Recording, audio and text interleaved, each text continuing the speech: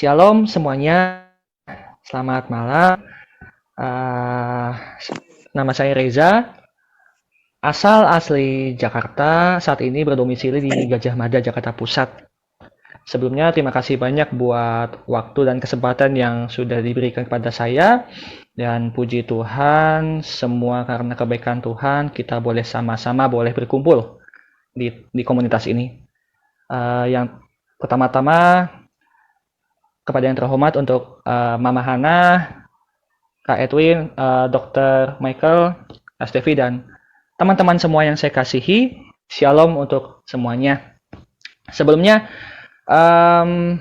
mungkin aku akan cerita dengan caraku ya, karena jujur, karena aku memang pribadinya lebih ke pendiam dan lebih ke punya karunia sebagai pendengar ya, jarang ngomong juga. Tapi dengan pertolongan Tuhan, saya akan bersaksi perjalanan saya bersama Tuhan. Sebelumnya, apakah suara saya terdengar dengan jelas, Kak Stevi? Sangat jelas. Bagus. Sangat Baik, jelas. terima kasih. Ya, puji Tuhan, puji Tuhan. Baik, saya terlahir dari orang tua yang luar biasa. Almarhum bapak saya adalah seorang ABRI TNI Angkatan Darat, dan ibu saya adalah guru les piano.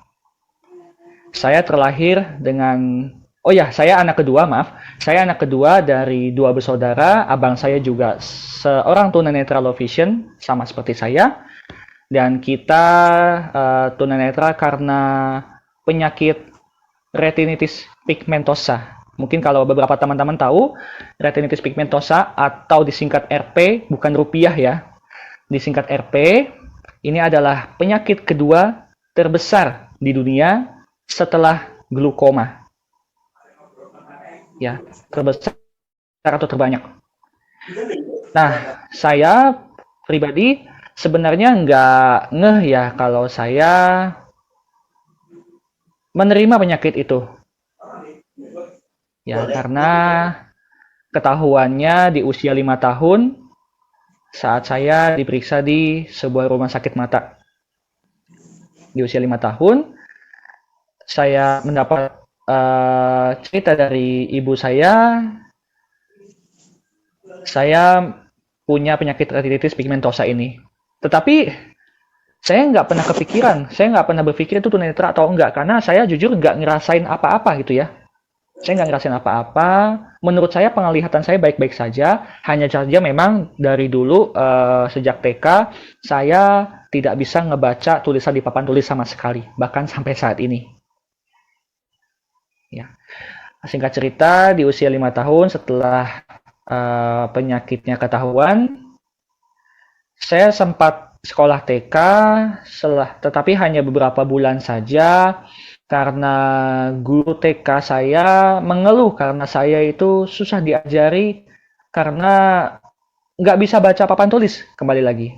Akhirnya dengan kepolosan saya, mungkin saya waktu itu bad mood atau bagaimana, saya nggak tahu. Itu saya lebih memilih berhenti sekolah. Saya nggak mau sekolah sama sekali selama 2 tahun. Nah, setelah usia 7 tahun atau 8 tahun, akhirnya ibu saya mencarikan saya sekolah, dan akhirnya saya diarahkan untuk sekolah di sekolah luar biasa, tunanetra juga di daerah Bekasi. Sempat ketemu Semi waktu itu, sempat. Ya, ketemu Semi waktu itu, sempat. Dan saya di sekolah itu sebentar saya ingat itu dari tahun 2004 sampai 2005 sampai 2008. Hanya saja pada saat 2006 saya diajak oleh seorang teman untuk bersekolah di sebuah ministry, sebuah yayasan tunanetra juga, tapi masih berbasis ministry, belum SLB, jadi masih ministry, jadi sistemnya masih homeschooling, tapi fokus ke tunanetra itu di Jakarta. Ya, karena saya pikir daripada jauh-jauh tinggal di Jakarta tapi sekolah di Bekasi, walaupun pernah berasrama juga, tapi kalau mau pulang kan jauh kan, saya akhirnya lebih memilih sekolah di yayasan ini. Ini bertempat di Jakarta juga. Dan saya tinggal di asrama. Jadi saya keluar dari asrama yang di Bekasi itu tahun 2008. Saya masuk ke yayasan ini, Yayasan Tunanetra ini di tahun 2008. Dan puji Tuhan di Yayasan Ministry ini saya karena mereka tahu saya punya talenta di musik, saya berkembang di yayasan ini. Apalagi ministry ini lebih ke lebih ke bidang pelayanan, dan saya saya bertumbuh di bidang itu. Ya. Dan singkat ceritanya kembali di tahun 2014, berarti sudah SMP ya, saya sudah SMP. Itu saya SMP di LB juga, jadi SD sampai SMP itu saya di LB, luar biasa. Dan di 2014 saya selesai SMP, saya memutuskan untuk sekolah SMA umum. Jadi saya nggak lanjut di LB, tetapi saya memberanikan diri untuk masuk di SMA umum. Yang dimana teman-teman saya adalah teman-teman yang punya indera yang menurut saya lengkap dan sempurna. Ya, jadi di sekolah SMA ini hanya saya saja yang tunanetra, low vision.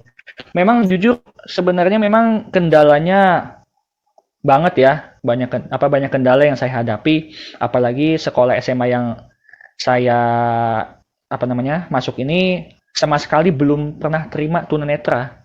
Jadi saya adalah orang pertama yang tunanetra yang masuk ke SMA tersebut.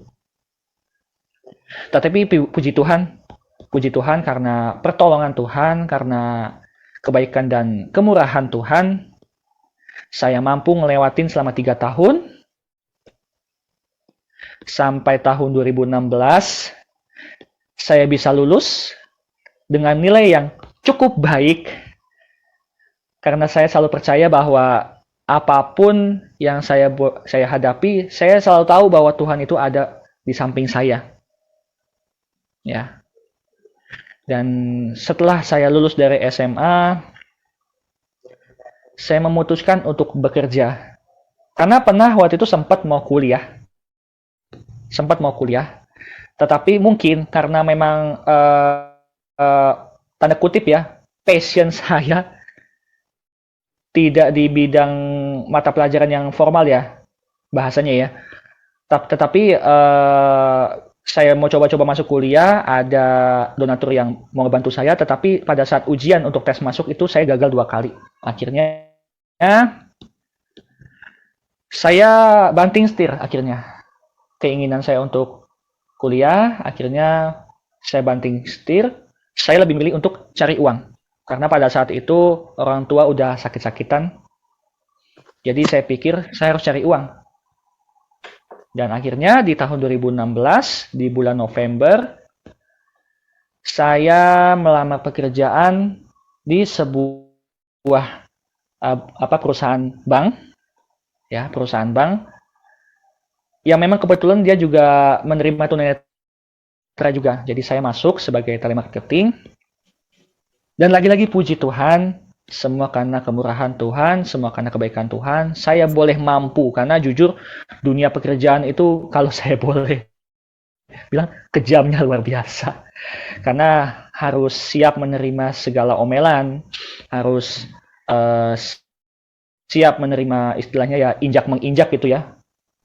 Bahkan harus siap menerima persaingan yang tidak sehat, bahkan sampai tidak sehat. Gitu. Tapi puji Tuhan, saya berkarya di bank tersebut sampai titik penghabisan. Maksudnya apa titik penghabisan? Saat pandemi tiba. Jadi saya resign bukan karena saya yang resign, tapi resignnya alami karena pandemi. Nah, saya sempat berpikir begini, saya udah nggak kerja, terus mau ngapain gitu ya?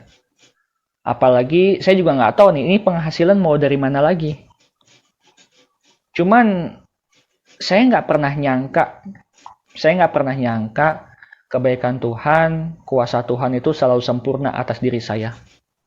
Dia nggak pernah bikin saya kelaparan, dia nggak pernah bikin saya jatuh miskin, tapi saya selalu berkecukupan dalam Tuhan. Bahkan saya masih bisa ngebantu orang lain. Ya. Dan kembali lagi, semua karena Tuhan, saya boleh kuat. Dan bahkan Tuhan tetap angkat saya semakin tinggi. Tuhan tetap jadikan saya jadi kepala. Ya, tetap naik, tidak turun. Apalagi Tuhan Yesus itu tahu passion saya adalah di dunia pelayanan. Di pelayanan musik. Ya. Dan benar saja, selama masa saya di asrama dulu, saya mengikuti banyak pelayanan.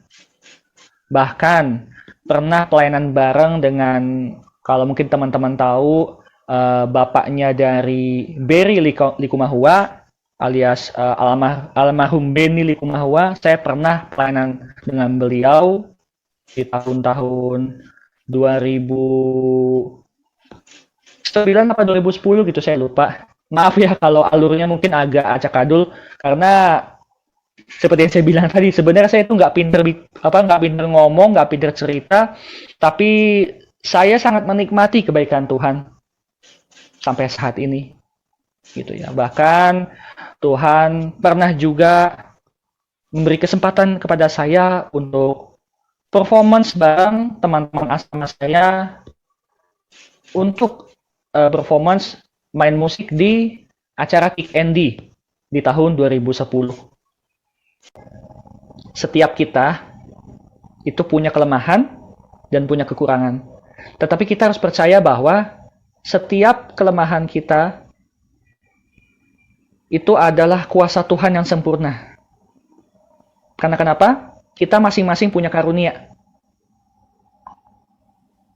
Misalnya saya, mungkin Tuhan nggak kasih saya karunia untuk berbicara banyak. Kayak sekarang aja mungkin saya ngomong agak belepotan ya, karena ya tadi yang saya bilang di awal, saya itu nggak terlalu pintar ngomong. Tapi Tuhan itu kasih karunia kepada saya itu sebagai pendengar.